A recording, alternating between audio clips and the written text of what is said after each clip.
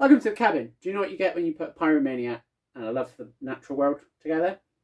Bright spark, such as this. So I'm Josh, I'm a pyrographer, which means I take blocks of wood like this and I burn on them. Because I love the natural world. But I specialise in safari and British wildlife, but I'll give my hand to any animal. Chimpanzee, as you can see behind me. That'll be revealed tomorrow, properly. But bear, pet portrait. I do love pet portraits. I will keep saying it until someone gets in contact.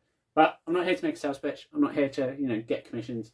I'm just here to show off a bit of artwork every single day in the hopes of finding an audience, whether you just like my social media or you check out my website and maybe get a green card or for an art print, just saying. But I'm not here to make a sales pitch, just here to show off a bit of my artwork. So I bid you good day and thanks for sticking around this long.